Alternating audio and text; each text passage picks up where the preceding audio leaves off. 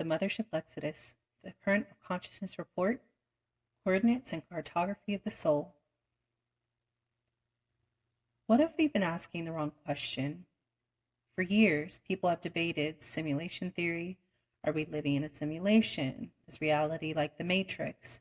Who's controlling the system? Is there hidden code behind everything we experience?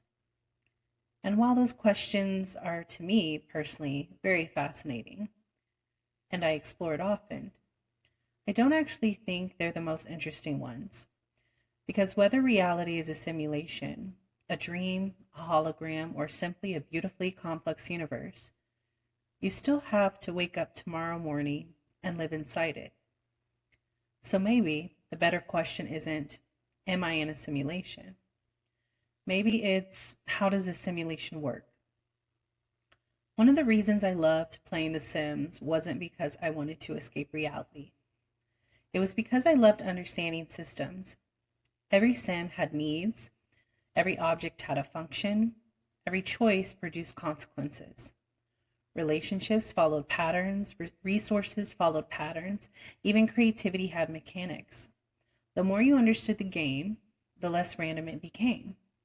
Eventually, you stopped reacting and you started designing. And I wonder, how different is that from life? Maybe reality isn't asking us to fear the system. Maybe it's inviting us to understand it. Not to become paranoid, but to become fluent.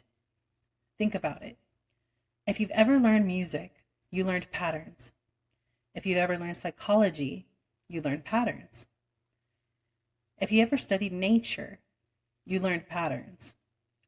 Architecture, language, biology, economics, relationships, everything operates through relationships, patterns, rhythms, feedback loops. That's code. Not computer code, but living code. Here's the part I find most exciting.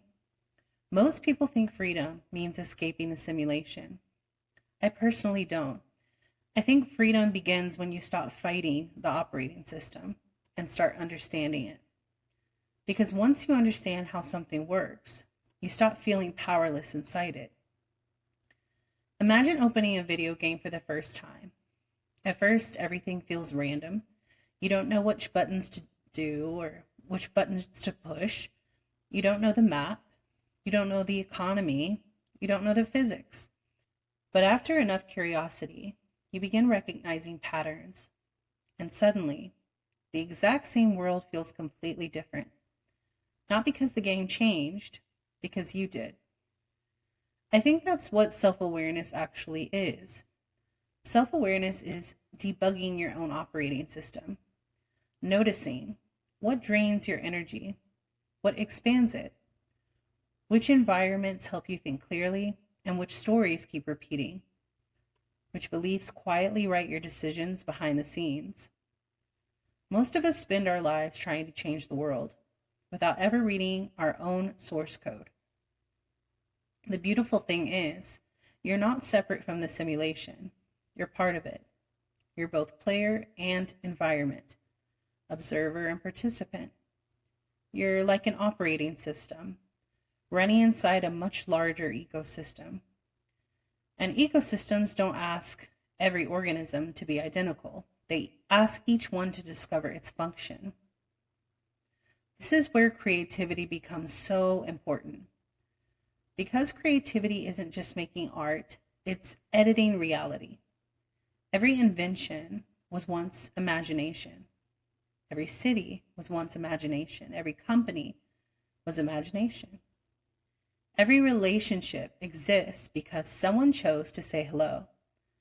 Reality is constantly being rewritten through imagination. That's why creativity matters. It's one of the ways consciousness updates the simulation. When I stopped spending so much time building virtual worlds, something surprising happened. The exact same creative energy didn't disappear. It migrated into my home, into my business, my relationships, into my routines, my books, my community, and I realized I wasn't losing a game. I was changing platforms. Because maybe the highest level of the game isn't escaping the simulation, it's becoming a conscious participant in it, learning its rhythms, understanding your own operating system, recognizing the patterns, and then building a world that reflects who you truly are. Maybe enlightenment isn't finding the exit. Maybe it's learning the architecture well enough that you can become one of its designers. Not through control, through participation. Not through fear, through curiosity.